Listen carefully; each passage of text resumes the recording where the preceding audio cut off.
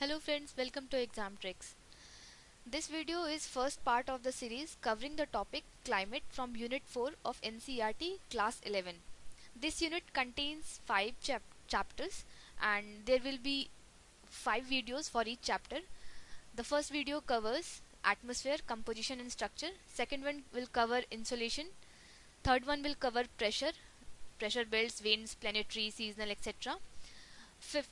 Fourth one would cover precipitation, and the fifth one would cover world climates. In this way, we will cover all the chapters of the unit climate and also try to cover remaining units so that revising NCERT would be simpler for you. Since we know that for the subject geography, NCERT of class and 11 and 12 are the most important books. So let us move forward to our first chapter, atmosphere, composition and structure. First of all, what is atmosphere? Atmosphere is a mixture of different gases which envelops the earth all around, and 99% of the total mass of the earth of the atmosphere is confined to the height of 32 km from the earth's surface. Now, composition of the atmosphere. We know that atmosphere is composed of gases, water vapor and dust particles.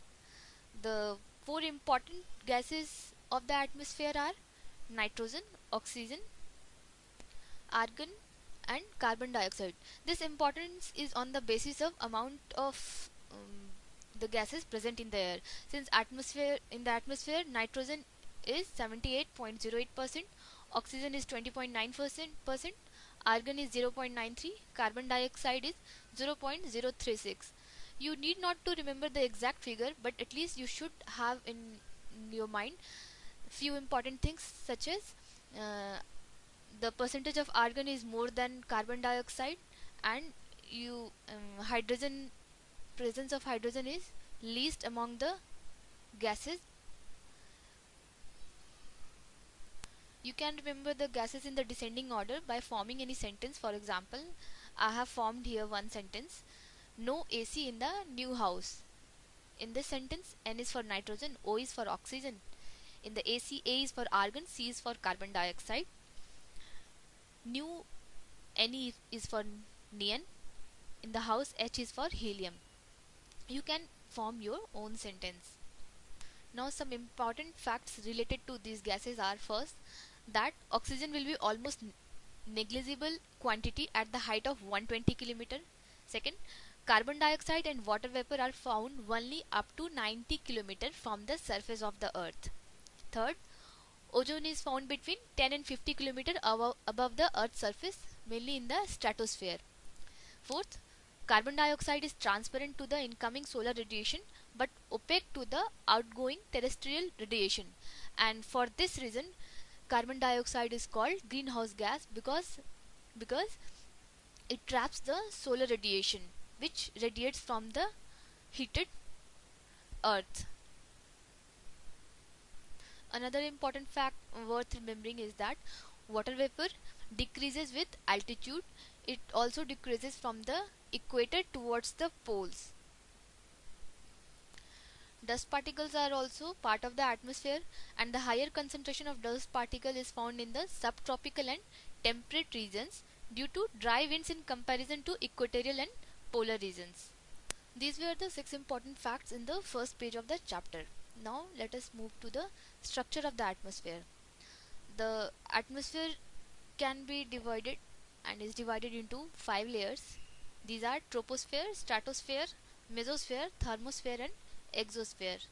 This image here shows the vertical arrangement of the different layers of the atmosphere. The first layer of the atmosphere, or the lowermost layer, is troposphere, and its average height is 13 km, but it extends from height 8 km near the poles to 18 km at the equator.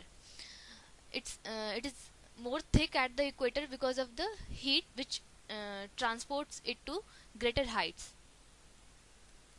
This layer contains all the dust particles and water vapor, and all the changes in the weather take place at this level.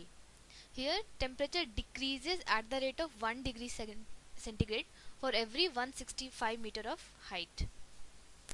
It decreases up to minus 80 degrees centigrade and then become constant. This is called tropopause. This zone separates the troposphere from stratosphere.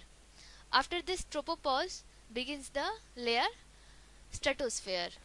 The stratosphere extends then up to a height of 50 km, and in this layer we can find the ozone layer, the one of the most important layer which protects us from ultraviolet rays. Above the stratosphere we have the mesosphere, which extends up to a height of 80 km. Here again temperature decreases with height. The upper limit of mesosphere is known as the mesopause. After this mesopause, the layer ionosphere starts, which extends between 80 and 400 km above the mesopause. It contains electrically charged particles known as ions, and hence it is known as ionosphere. Radio waves transmitted from the earth are reflected back to the earth by this layer. Finally, the exosphere is the uppermost layer of the atmosphere above the thermosphere, about which we do not have much information. With this, the first part, atmosphere composition and structure, is concluded. I hope this video would help you in revising the whole chapter in just 5 to 6 minutes.